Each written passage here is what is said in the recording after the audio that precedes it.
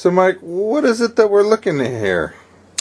Well, this is the cover of Tom Biscardi's DVD, showing through video and so forth how that hoax went down from 2008. You remember? They called it Black Bigfoot Friday because all the websites had crashed. Everybody in the world wanted to know if the two guys from Georgia had a real Bigfoot in that freezer. And, you know, I went to the press conference. It was an amazing thing to behold, to see all those newsmen. What I really enjoyed about that whole debacle, of course, mostly I didn't enjoy it at all, because for every 3 steps forward, we take 2 back with hoaxes like this. Us in the Bigfoot community who are trying to prove that they're out there. But I did enjoy seeing what I feel was kind of a glimpse of what it might be like should somebody actually come up with some real proof of Bigfoot. I mean, if those the news media, who most of the time when they do their little bits, they all do the wink wink, nudge nudge, and they kid around, or they'll harass the person who's talking Bigfoot. And this is the way it's typically handled. And yet, when Tom Biscardi's PR man put out the news that they had proof of a Bigfoot, there were plenty of news people there. They did not ignore that at all. They came out in large numbers. So that's a really good sign. That shows that people out there really do care about this stuff, and it's going to cause quite a stir when the actual evidence is gathered, captured in one way or another.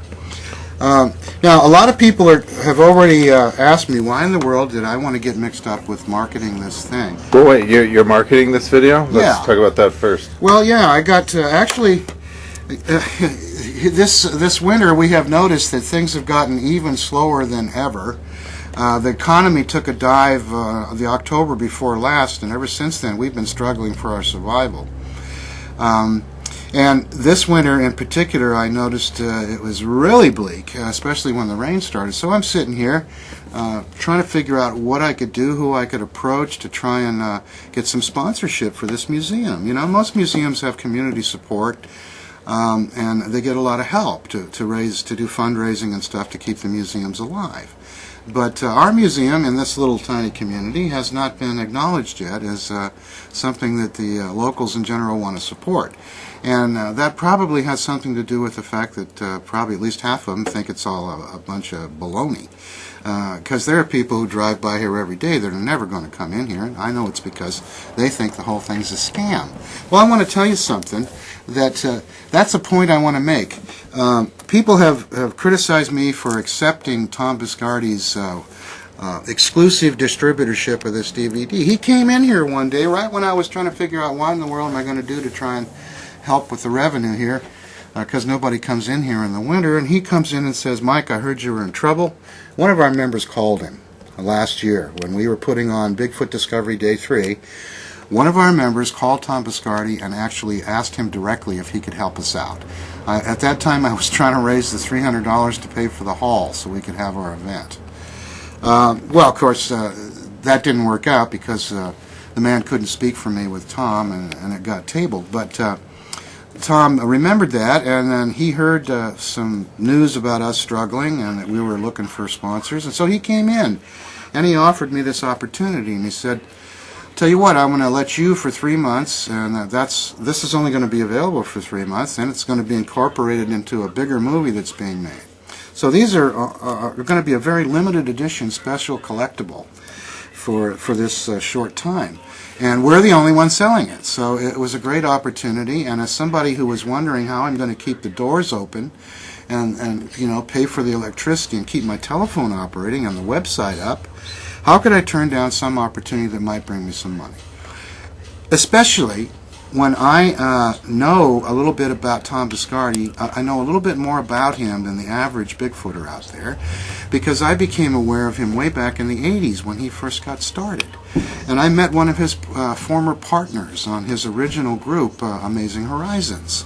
So, I know some things about Tom Biscardi other people don't know, and I also was at the press conference. I spoke to Tom there, and I'm absolutely sure that Tom Biscardi did not know that that was a a fake Bigfoot in that freezer. It's just the way Tom is. Tom is, well, you know, he's a promoter at heart. That's how he makes his living.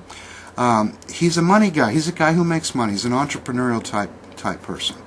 And he has natural-born skills in that respect. So everything he does, he kind of handles the same way. So when he got involved in Bigfoot, he couldn't help but handle it like an entrepreneur would handle it. And that's what everybody complains about. Oh, he's trying to make money on it. Well, you know what? Anybody that's going to work on hunting Bigfoot full-time, like I'm trying to do and like a few others are trying to do, I still have to pay their bills. And that's darn hard to do for most people.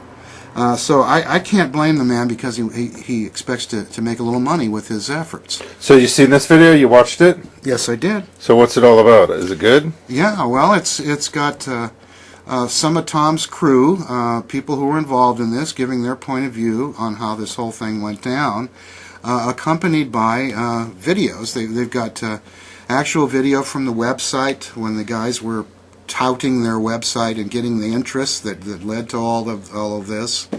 Also, there's video of them picking up the body when there was the actual transfer of the freezer over to Tom Biscardi's team.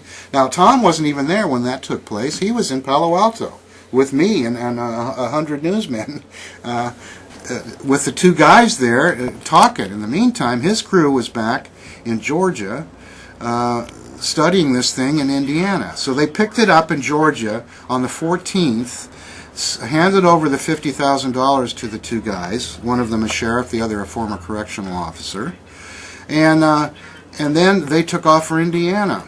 Meanwhile, the two guys got on a plane and ended up here in Palo Alto the next day. Tom picked them up at the San Francisco airport first thing in the morning on that Friday morning, the 15th of August, and then they had the press conference in Palo Alto. So the transfer had been made, the money had been paid, the agreement signed the day before, and the two men insisted that Tom Biscardi have that press conference immediately. As a matter of fact, when he suggested they wait until they'd done some of the testing ahead of time, the way all of us said he should have done it, they insisted, no, you've got to do it tomorrow or the deal's off, you see. So they forced the issue and made him do that prematurely. He was still waiting for the DNA test, which came in that very morning, and I saw at the press conference he handed that out, the written email from Kurt Nelson, and that's when the possum was mentioned for the first time. The previous tests had told him that it looked to be human or primate, the DNA in terms of its size and structure. So preliminarily he was told it looked like human or primate. Now what I guess happened is the two jokesters took a piece of that gut, which was possum gut, which is what they supplied as the tissue for the DNA test, and they probably put some human blood on it. So when they did the test, the human part came out initially in the superficial testing, and then when they went in and did the sequencing, the possum part came out. But Tom asked Kurt on the phone that morning, well, could it be because it was from the intestine, could it be that the Bigfoot ate a possum? And Nelson told him yes. Now, of course, that's what Tom said to the news people. Everybody crucifies him for that, but he got it from Kurt Nelson. You know, so there's a lot of details about this that people don't understand. And Biscardi was fooled by Ivan Marks. I still think that Ivan Marks' material is largely bogus. Marks may have been involved in some real Bigfoot research. You know, it's a sad thing, and I've talked about this before. Sometimes people that are really have seen a Bigfoot and have been trying to research it and convince others, they'll go crazy and do hoaxing, thinking that's going to be all right. You know, and I think that Marks is probably one of those guys, just like Paul Freeman was probably one of those guys. So where do we get the video? You get it here at the Bigfoot Discovery Museum, or you go on to the website, the Bigfoot Discovery Project, and click on a button there that says Anatomy of a Bigfoot Hoax, and you can buy it through PayPal. Anyway, the details are there on the website.